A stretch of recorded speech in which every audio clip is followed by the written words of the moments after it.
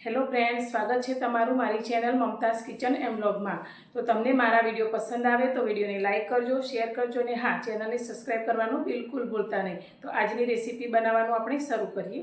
આજે આપણે બનાવીશું ધાણી અને મમરાનો ચેવડો, જે લો કેલેરીનો હળવો નાસ્તો છે, જે હોળી જેવા તહેવારોમાં ખૂબ જ લોકપ્રિય છે। તો ધાણી એ ફાઇબર અને પ્રોટીનથી ભરપૂર છે, જે ગ્લુટેન મુક્ત નાસ્તો કહેવાય છે, જે વજન ઘટાડે છે, પાચન ક્રિયા સુધારે છે અને એનર્જી વધારી ડાયાબિટીસને પણ નિયંત્રિત કરે છે।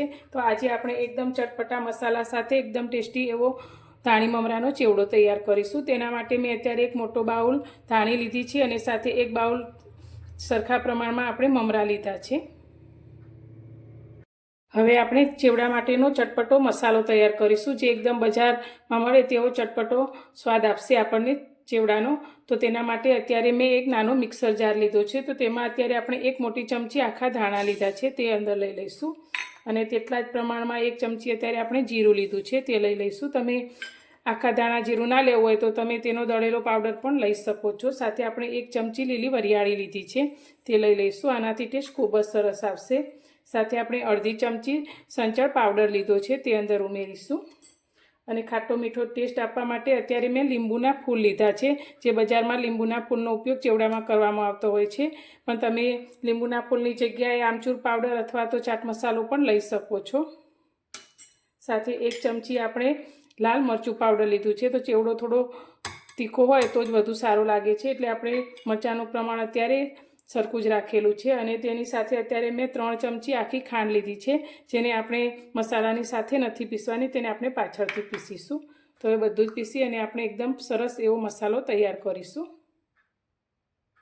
તો મસાલાને મેં આ રીતે એકદમ સરસ એવો ઝીણો પાવડરની ફોર્મમાં પીસી લીધો છે। હવે આપણે તેને એક બીજા વાસણની અંદર કાઢી લઈશું। ફરી આપણે તે જ નાનો મિક્સર જાર લઈ લઈશું અને તેમાં આપણે જે 3 ચમચી ખાંડ લીધી છે તે લઈ લઈશું અને તેને પીસી અને તેનો પાવડર તૈયાર કરી લઈશું। અત્યારે ગેસ પર એક મોટી કડાઈની અંદર મેં 1 વાટકી જેટલું તેલ ગરમ કરવા રાખ્યું છે। તો તેલ આપણું થોડું ગરમ થઈ જાય એટલે અત્યારે મેં 1 વાટકી નાની કાચા સિંગદાણા લીધા છે, તે આપણે તેલની અંદર લઈ લઈશું અને ધીમા ગેસની ફ્લેમ પર એકદમ સરસ એવા ક્રિસ્પી થાય ત્યાં સુધી તેને તળી લઈશું।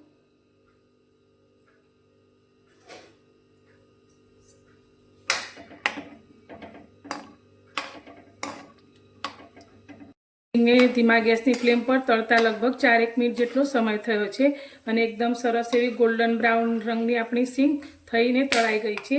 તો હવે તેને આપણે તેલમાંથી કાઢી લઈશું। તો આ રીતે કાણાવાળા ઝાડાની અંદર આપણે સિંગને કાઢી અને તેમાંથી એક્સ્ટ્રા તેલ બધું કાઢી લઈશું।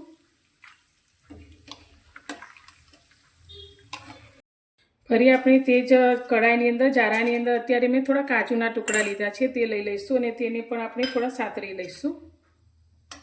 તો થોડા ક્રિસ્પી થાય તે રીતે તેને આપણે સાતરી લઈશું।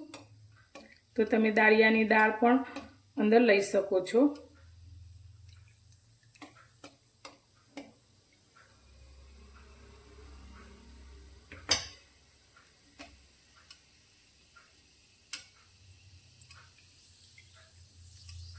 તો કાજુને ક્રિસ્પી થતાં વધારે સમય નથી લાગતો। તો કાજુ આપણે એકદમ સરસ રીતે તળાઈ ગયા છે। તો તેલ કાઢી અને તેને પણ આપણે લઈ લઈશું। હવે આપણે અત્યારે મીઠા લીમડાના પાન લીધા છે, જે લગભગ 20 જેટલા છે, જેને મેં ધોઈને કોરા કરી લીધા છે, તે આપણે તેલમાં લઈ લઈશું અને તેને પણ આપણે થોડા ક્રિસ્પી થાય તે રીતે તળી લઈશું। તો ચેવડાની અંદર મીઠા લીમડાનો ટેસ્ટ ખૂબ જ સરસ આવે છે।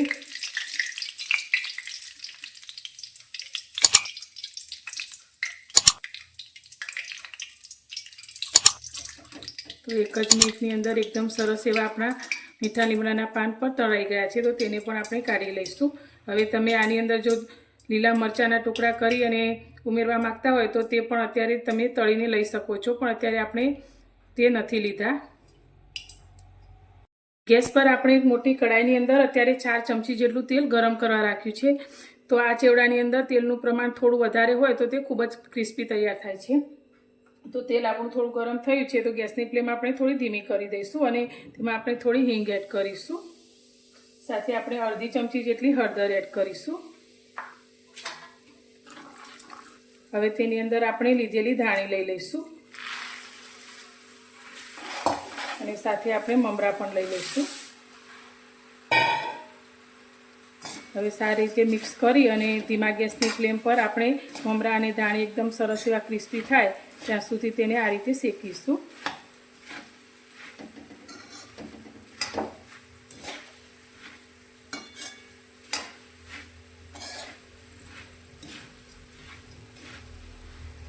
હવે અત્યારે આપણે મમરાના ભાગનું મીઠું નાખીશું. તો આપણે સંચર પણ લીધું છે અને સાથે જે ધાણી લીધી છે તેમાં પણ મીઠાનો ભાગ હોય છે. તો અત્યારે તે પ્રમાણે આપણે થોડું જ મીઠું અંદર એડ કરીશું અને એકદમ સરસ ક્રિસ્પી થાય ત્યાં સુધી તેને આ રીતે આપણે હલાવતા જઈશું અને શેકતા જઈશું. તો ગેસની ફ્લેમ અત્યારે એકદમ સ્લો જ રાખીશું.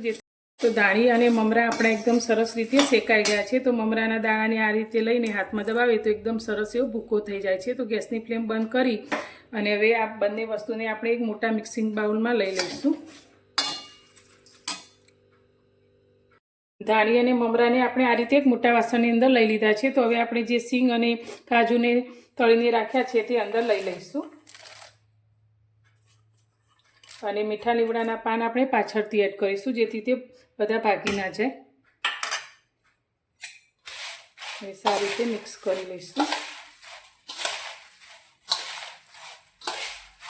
હવે અત્યારે મેં એક ચમચામાં થોડું ગરમ કરેલું તેલ લીધું છે. તેની અંદર આપણે જે મસાલો તૈયાર કર્યો છે તેમાંથી 2 મોટી ચમચી જેટલો મસાલો આપણે ગરમ તેલની અંદર લઈ લઈશું. તો આ રીતે ગરમ તેલમાં લઈ અને મિક્સ કરવાથી તે સારી રીતે ભળી જાય છે.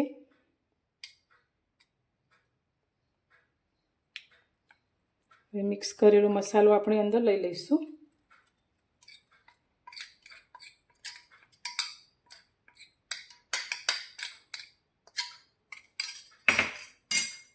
હવે મસાલાને આપણે આ રીતે હાથથી મસળી અને મિક્સ કરીશું જેથી બધા ચેવડાની અંદર સારી રીતે ભળી જાય.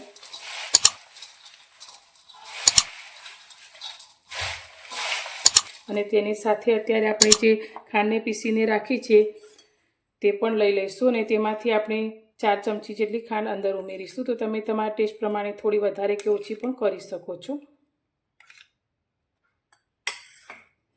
બધું જ સારી રીતે મિક્સ કરીશું.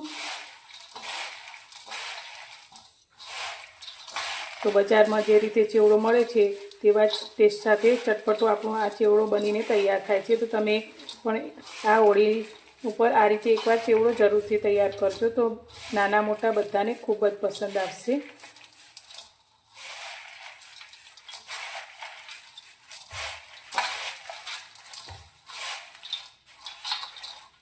તો હવે તેની અંદર આપણે મીઠા લીમડાના પાન પણ લઈ લઈશું અને બધું જ હળવા હાથે ફરી એકવાર મિક્સ કરીશું.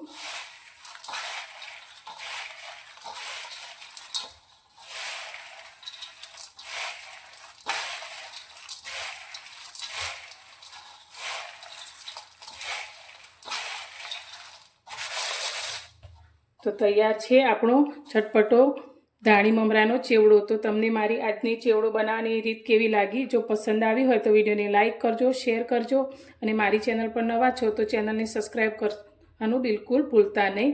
તો ફરી મળીશું એક નવી જ રેસીપી સાથે નવા વિડીયોમાં.